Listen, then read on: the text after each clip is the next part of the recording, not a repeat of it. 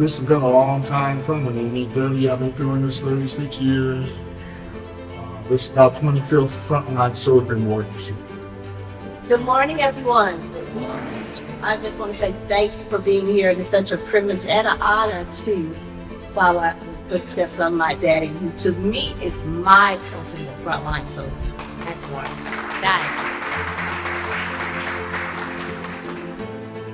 God in his wisdom selected this group of men and women and the youth to be the purveyors of his goodness.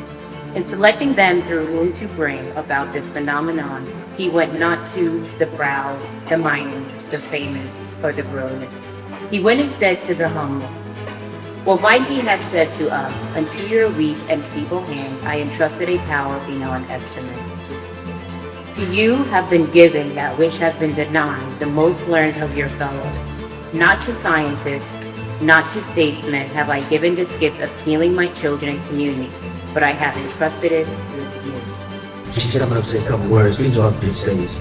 To the Queen, our Auntie Maxine Waters.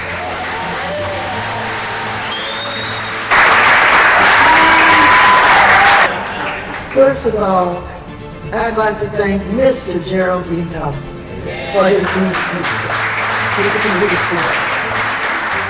And for what you saw, I stood with those who had been awarded before. I was honored how many years ago? 2011. When? 2011?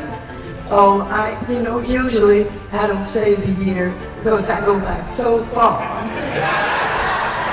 But thank you so very, very much. I knew you when you were with Mad Dads.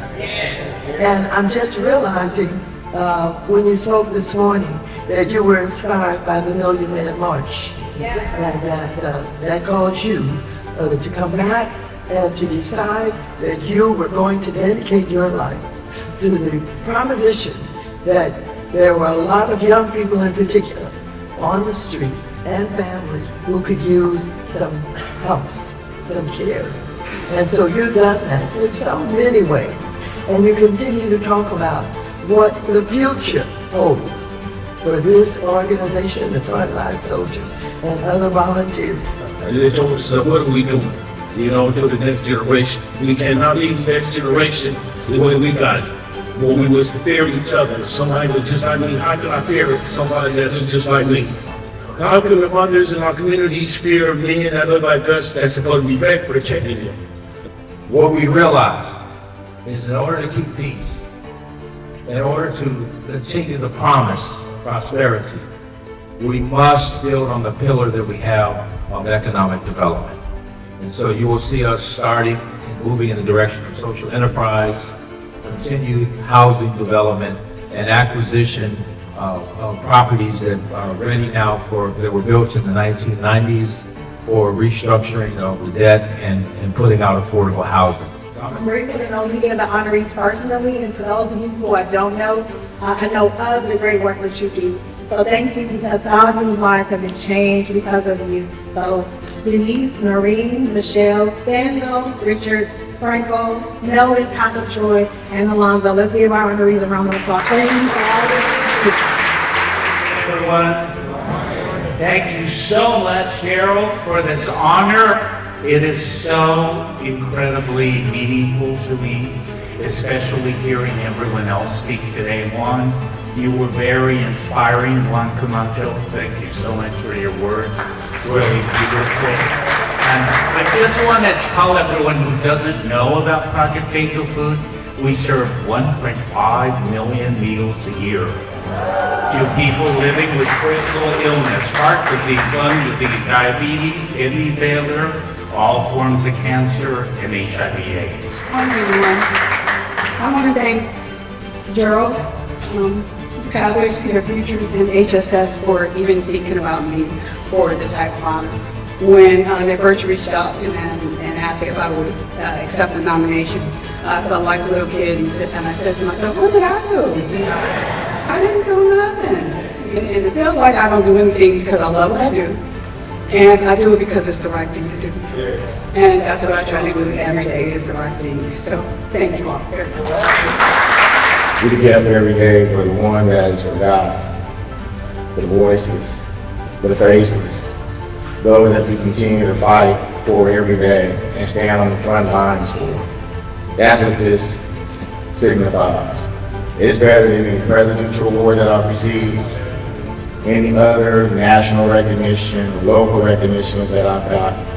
This stands above them all because it means that my own recognizes the work that I committed my life to do, and God called me to do this.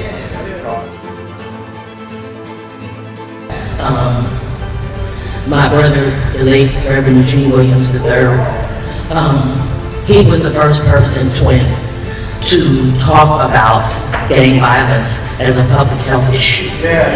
He was the one who got that started nationally. It just feels good to be there for someone that looked like me, you know, male or female. So that's what's rewarding for me. You know, and there's so many brothers and sisters, you know, that came through the program, and you know, and they stop by now. You know, a lot of them live out of state and things like that, and they still, whenever they're in California, they come by, and you know, and they stick their head in the door. They have their families back. They got good jobs and stuff, you know, and you know, and that's the reward. That's the reward right there. Every single day, I'm reminded that transformation happens when compassion meets opportunity.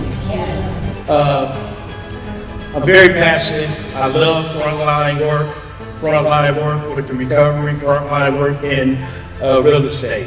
I'm the past president of the Consolidated Board of Realtors, which is a local chapter of the National Association of Real Estate Brokers, and we've been fighting for democracy in housing since 1949 right here in Los Angeles.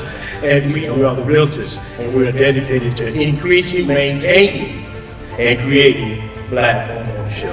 And I would ask that all of you stand to your feet and give Gerald Thompson a standing ovation. I think he is incredibly creative, incredible work. This makes it noise, this makes it